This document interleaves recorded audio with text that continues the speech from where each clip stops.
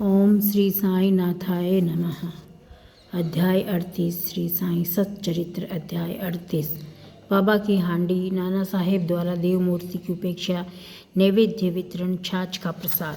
गत अध्याय में चावड़ी के समारोह का वर्णन किया गया। अब इस अध्याय में बाबा की हांडी और कुछ अन्य विषयों का वर्णन होगा। प्रस्तावना। हे सद्गुरु साईं, तुम धन्य हो, हम तुम्हें नमन करते हैं। तुमने विश्व को सुख पहुंचाया है और भक्तों का कल्याण किया है। तुम उदार हृदय हो। जो भक्तगण तुम्हारे अभय चरणों में अपने को समर्पित कर देते हैं, तुम उनकी सदैव रक्षा और उद्धार किया करते हो। भक्तों के कल्याण और परित्राण के निमित्त ही तुम अवतार लेते हो। ब्रह्मा के सांचे में शुद्ध आत्मा रूपी द्रव्य ढाला गया है। उसमें से ढलकर जो मूर्ति निकली है वही संतों के संत श्री साईं बाबा है। साईं स्वयं ही आत्माराम और चीर आनंद धाम है। इस जीवन के समस्त कार्यों को नश्वर जानकर उन्होंने भक्तों को निष्काम और मुक्त किया है। बाबा की हांडी। मानव धर्मशास्त्र में भिन्न भिन्न युगों के लिए भिन्न भिन्न साधनाओं का उल्लेख किया गया है।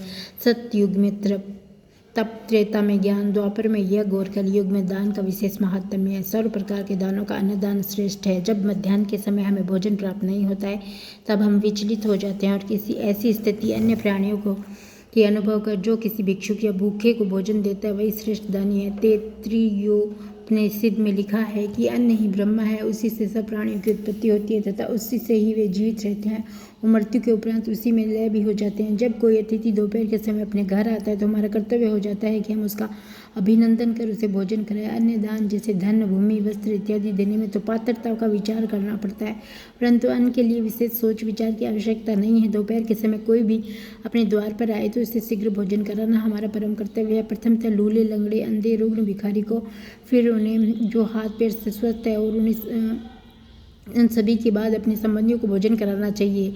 अन्य सभी की अपेक्षा पंगुओं को भोजन कराने का महत्व अधिक है। अन्न दान के बिना अन्य सब प्रकार के दान वैसे ही अपूर्ण है, जैसे कि चंद्रमा बिना तारे, पदक बिना हार, कलश बिना मंदिर, कमल रहित तालाब, भक्ति रहित भजन, सिंदूर रहित सुहागिन, मधुर स्वर विहीन गायन, नमक बिना भोजन। जिस प्रकार अन्य भोज्य पदार्थों में दाल उत्तम समझी जाती है, उसी प्रकार समस्त दानों में अन्नदान श्रेष्ठ है। अब देखें कि बाबा किस प्रकार भोजन तैयार कराकर उसका वितरण तैयार करते हैं।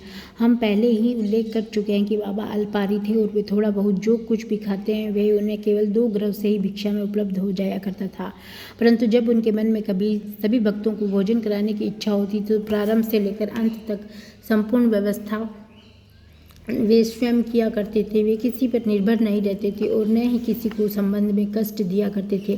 प्रथमतः वे स्वयं जाकर सब वस्तुएं, अनाज, आटा, नमक, मिर्ची, जीरा, खोपरा, अन्य मसाले आदि वस्तुएं नगद दाम देकर खरीद लाया करते थे। यहाँ तक कि पीसने का कार्य भी वे स्वयं ही किया करते थे। मस्जिद के आंगन में ही एक भट्टी बनाकर उसमें अग्नि प्रज्वलित करके हांडी में ठीक नाप से पानी भर देते थे। हांडी 2 प्रकार थी, एक छोटी और दूसरी बड़ी। एक में 100 और दूसरे में 500 व्यक्तियों का भोजन बनता था,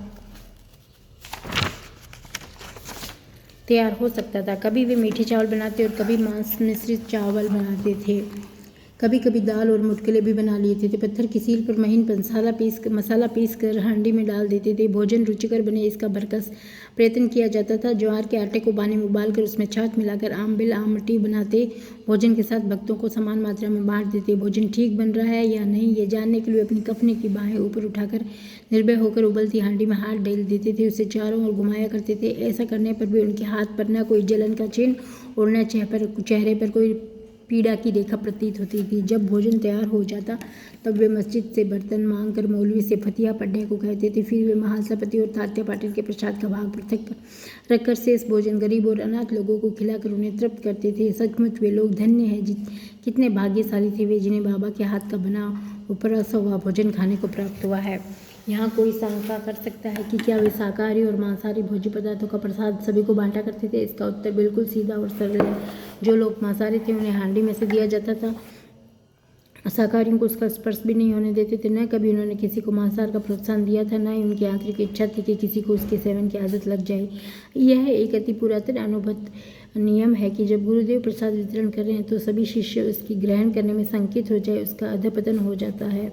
यह अनुभव करने के लिए शिष्यगण इस नियम का किस अंश तक पालन करते हैं। कभी कभी परीक्षा भी ले लिया करते थे। उदाहरणार्थ, एक एकादशी के दिन उन्होंने दादा केवलकर को कुछ रुपए देकर मांस खरीद लाने को कहा। दादा केवलकर पूरे कर्मकांडी थे, प्राय सभी नियमों का जीवन में पालन किया करते थे। उनकी दृढ़ भावना थी कि द्रव्य, अन्न, वस्त्र इत्यादि गुरु को भेंट करना पर्याप्त नहीं है, केवल उनकी आज्ञा ही शीघ्र कार्यान्वित करने में वे प्रसन्न हो जाते हैं, यही उनकी दक्षिणा है। दादा शीघ्र कपड़े पहनकर थैला लेकर बाजार जाने के लिए उद्यत हो गए। तब बाबा ने उन्हें लौटा दिया और कहा कि तुम न जाओ, अन्य किसी को भेज दो। दादा ने अपने नौकर पांडु को इस कार्य को निमित्त भेजा, जिसको जाते देखकर बाबा ने उसे वापस बुलाने को कहकर यह कार्यक्रम स्थगित कर दिया। ऐसे ही करने अवसर पर उन्होंने दादा से कहा कि देखो तो नमकीन पुलाव कैसा। दादा ने यूं ही मुंह देखी कह दिया कि अच्छा बना है। तब वे कहने लगे, तुमने न अपनी आंखों से देखा है न जीवा से स्वाद लिया, फिर तुमने ये कैसे कह दिया कि उत्तम बना है। थोड़ा ढक्कन हटाकर तो देखो।